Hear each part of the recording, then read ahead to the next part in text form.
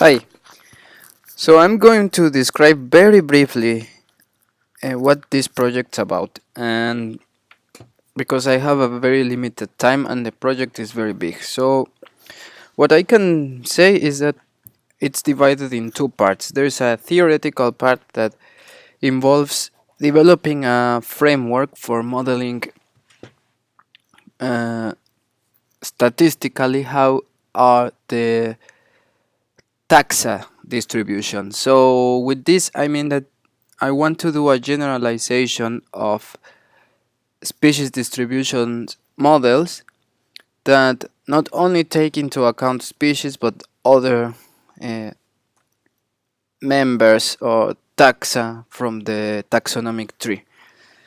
This because in reality, when we are working with many different species, the problem of interpolating um, species in the space becomes very big because the amount of variables it's a lot compared with the data we have, even though we have a very rich data.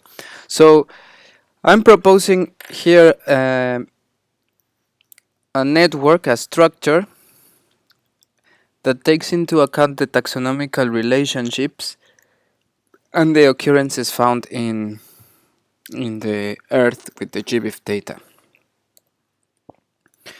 And the main question is how, if it's possible to find underlying principles that shapes the species or taxa assemblages. This in order to interpolate how or which taxa would be the most likely to occur in Earth. So we have the GBIF data around, I think now are 600 million records. Each record is called an occurrence in my framework, and the occurrence has attributes, no? So has the location and a timestamp. From the system part, it's built in Django using PostGIS.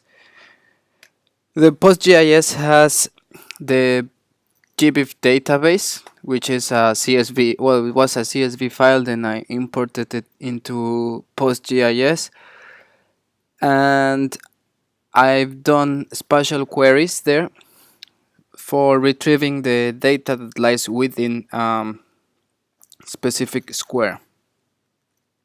As we know, we have bias in the data. We have a lot of representation of birds, some of plants, but very little representation of fungi, for example. So the idea of this framework is to propose a statistical model for dealing with these biases, and also dealing with the presence only data, because we have presence only data and we want a way to estimate absences. So with this I'm planning to use conditional probability. Well, I'm not going into the details. So we have seen that each occurrence has location, and then the idea of this framework is that we can put any kind of data that we would like to add in order to have more information. This is similar in the other models of species distribution, no? In the sense that we take environmental variables that shapes the ecological niche, and the environmental variables are most of the time raster data. That means that are continuous data, and for example max end that uses well, it's more like a machine learning approach in that case to find a probability distribution that maximizes the entropy. In this case, I've been using the canonical bioclim database. So I have 7 layers of raster data, and I associate each occurrence based on the location to the appropriate value in the raster data, and this is added to build little by little the big graph, which would be like a knowledge graph. In this example, I'm working with Mexico. Actually, these pictures are done with the software I'm developing, which is called Biospatial because of Python.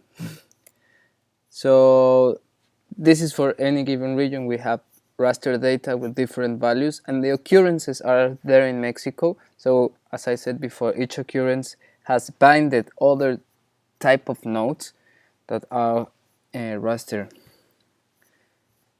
nodes. So for example, here I choose a randomly square area. It's divided in cells, and each cell has different number of occurrences. As said before, each occurrence has a taxonomy. So we will have the leaf nodes here, which are the species, or not, sorry, the occurrences. And then each occurrence belongs to a species. No? So the occurrence is the data that the researcher, or well, anybody went to the field and measured something. No, could be also an automatic camera and so on. Of course, you know more this than me. But the idea is that I'm using the taxonomic information that gives you evolutionary information because it's based on the systematics and the natural model. And this in mathematics is called a partial order. So I build a tree data structure based on the occurrences that are within or the interior of a certain area. In this case, each pixel or each cell. And with this, I build a tree. In this case, well, this is the classic tree of life.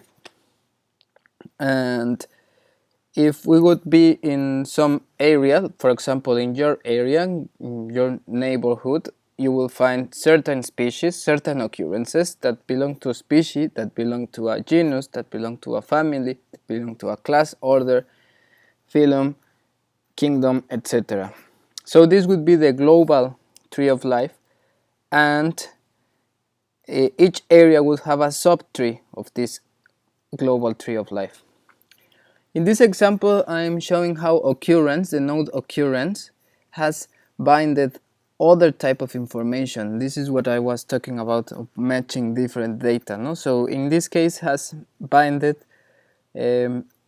environmental data. So it has precipitation, minimum temperature, maximum temperature, wind speed, vapor, solar radiation, elevation. And also, each occurrence, well, it belongs to a species, to a genus, to a family, to an order, to a class, and to a phylum, no? And so on and so on. So this would be called a chain, because you don't have any cycles. Of course, modulus, this relation is parent of or is member of.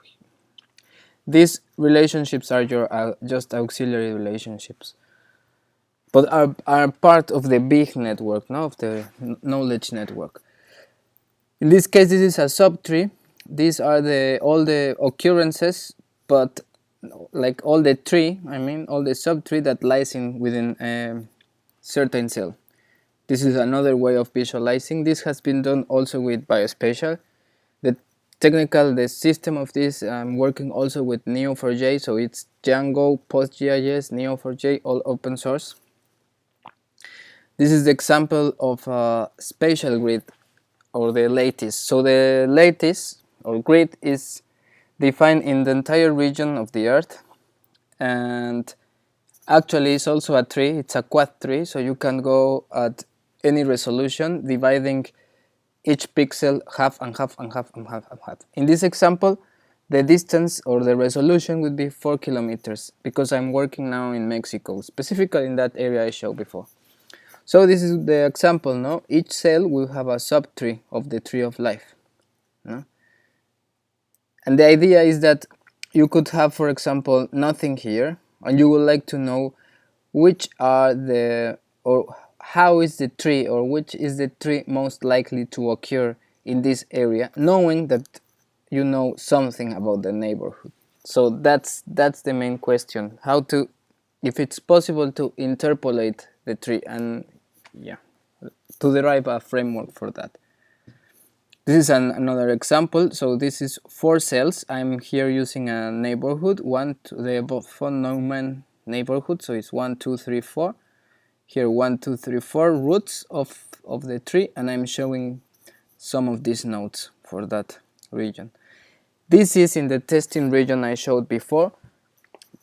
These nodes that we see here are empty nodes, and this would be the tree. Like the general tree of the big tree that covers that region. Also, that tree is a subtree of the tree of life.